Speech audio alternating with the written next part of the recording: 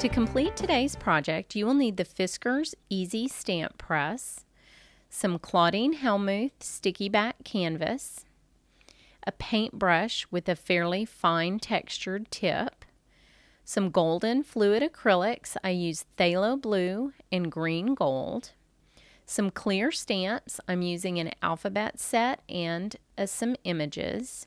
You'll need a tea can or another round alterable container, some Memento Rich Cocoa dye-based ink, and some ribbon. I'm using soft suede.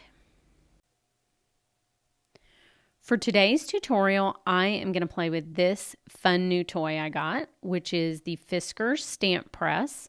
And you can see that it is a large piece of acrylic with a grid on it and 4 little foam feet, and a place to snap in a little piece of acrylic that already has your rubber stamps arranged on it.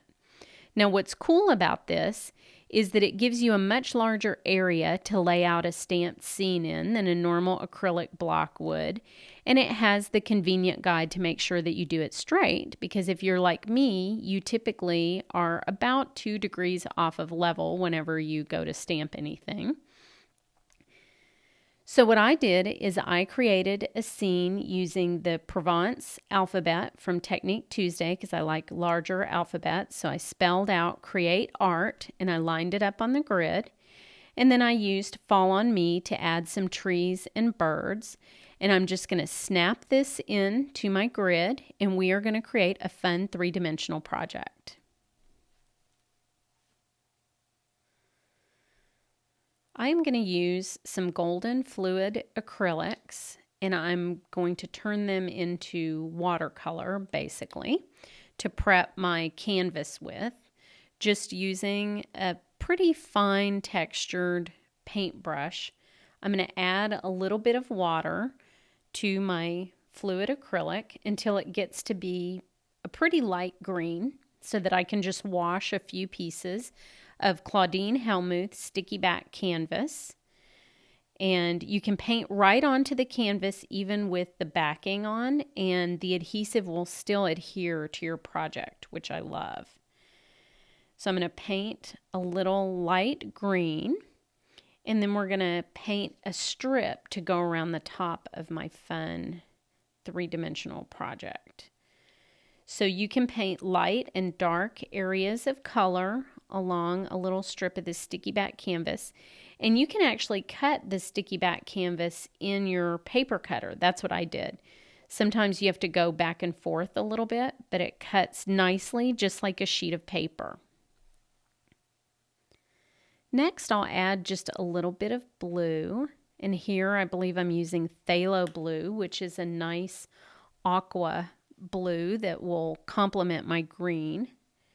And I'm going to do the same thing, just water it down a little bit. And this is why I like fluid acrylics, because they move so nicely across the canvas. They don't leave streaks, and they can be watered to any shade that you like.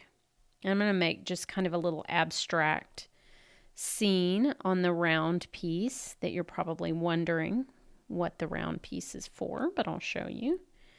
And then I'll just come back and forth with a little bit of blue in the strip of canvas that I'm using.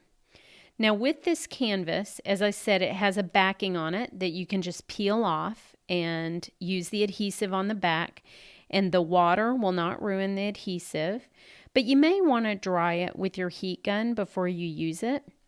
And another little tip that I've found when painting large areas of this canvas is that the backing can wrinkle a little bit as it dries. So what you'll want to do before you stamp onto it, like we're going to do, is peel the backing up, straighten it out, and adhere it back to the canvas before you stamp, and then it's ready to use for your project. The next step is to stamp our scene onto my prepared piece of canvas, and here I have one that's already dry. And you're going to see the wonders of being able to line out something big with this. So I'm going to take some Memento brown ink, and I'm just going to ink up my stamps. And you just want to make sure, if you're stamping on canvas instead of paper, for one thing, you need to let go of your inhibitions. And if it doesn't stamp quite as crisply as it does on paper, that's okay. But at least we know it'll be straight with my stamp press. So I'm just going to add some Memento Brown ink to my scene, and now you can sort of see what this scene is going to look like and how well I've lined it up through the magic of the stamp press. And now you can see that the acrylic grid the acrylic piece that I was talking about snaps in from the bottom, and that's the piece that will actually be stamped onto your project.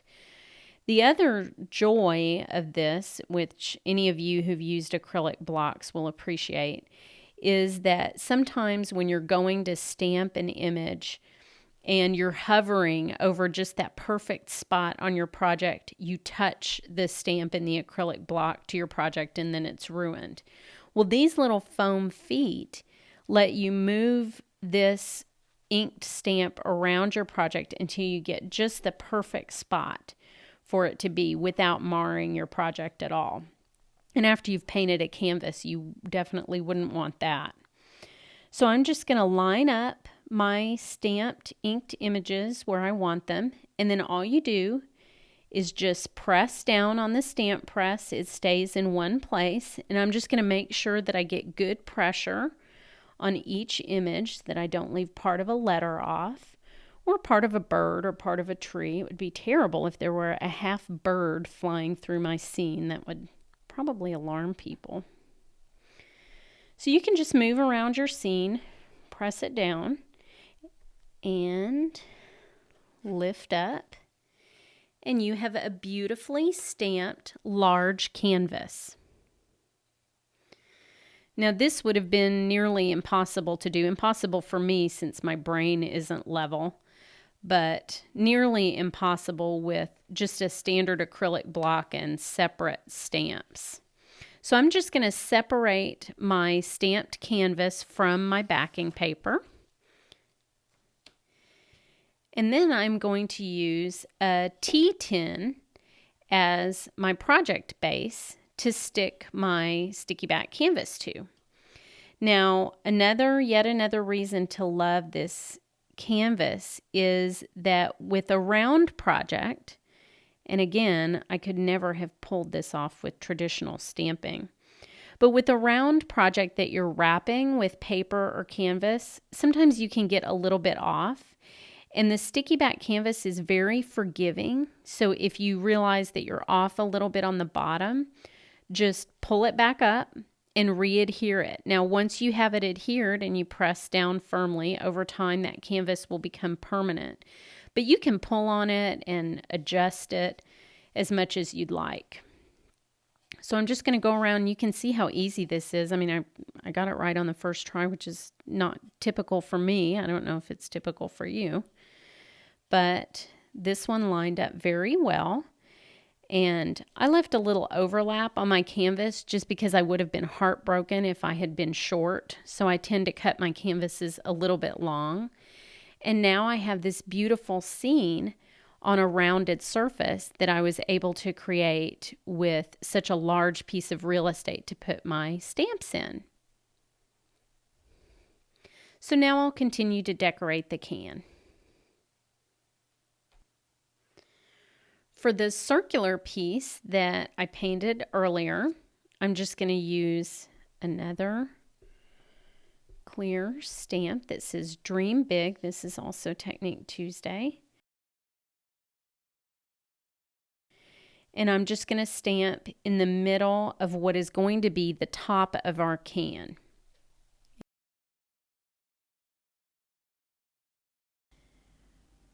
For the lid of the can, I didn't want to see that silver on the edge, so I'm going to take the 1/4 inch wide strip of sticky back canvas that I prepared earlier and adhere it around the edge of the lid. And I have to confess that I'm impatient, so this canvas is actually still slightly damp, but the adhesive is so miraculous that you can work with it damp and put it down and never have to really worry about it again. So once it goes all the way around the top of the can, I always leave myself a little bit extra so that I can overlap it and not be short. Then you just snip it off and stick the little tail down. For the top of the can, I cut a piece of sticky back canvas with the Circles number 2 die in my Big Shot because it was the perfect size. So that's the size of the stamped piece that goes on top of the can in just 2 seconds. And now the whole thing is coordinated. For the last little piece of silver, I took a piece of ribbon to cover that up because I don't like seeing that shiny piece at the top of the can after the rest of it's so beautiful. And I used mini glue dots on the back of the ribbon. And I'm just going to stick it down at the very, very top of the can. And this is soft suede polka dot ribbon, so it really coordinates nicely with that rich cocoa ink that I use to stamp the images in and lends a little bit of pizzazz to the top of my can. And now it's stuck down all the way around and I cross it over right by the seam. So this is what it looks like when it's all pulled together with that last little detail. And then magically, poof, a bow. This can would be perfect for an artist in your life. I have filled my little can with some artistic goodies like Flower Soft, some of that beautiful twill ribbon from My Favorite Things that I'm just using on every project I can get my hands on, some fuzzy trim from Webster's Pages, and just anything you can think of that an artist would appreciate. Now this is how you would lay out your little scene on the stamp press. I chose to lay out my scene with the feet up and my design plate snapped in to the acrylic grid, just so I could see the size of the area that I was working with and be able to line it up more exactly. So this gives me a good handle of what my stamping real estate will be when I go to put it down. So I take my alphabet letters, which are always just the white whale of alignment if you don't have something like this, and line up the bottoms of the letters and figure out kind of my spacing. Since I have 2 words that are going together, I have even another challenge just besides getting my letters straight that I have to work with. So this really helps me get this all squared away and make it look like I know what I'm doing. So now I have create, and then I can just arrange the word art vertically in that space and give myself a whole composition that'll wrap all the way around my can. So down goes the T, which is always a challenge because it's skinny. And of course, I didn't get it straight. So there we go. And that's what that looks like with the grid snapped in. Now, when you take the grid out, you can see that it's clear and it just pops into those little holes in the plate. And this is what it looks like when you're finished. And you can use these measurements on the side to lay out your design. And also note that when you press it down, unlike an acrylic block, you do not get any image distortion. This is such a thin piece of acrylic, it doesn't magnify the paper or the images, and so it registers your images perfectly and doesn't give you that extra challenge when you go to stamp.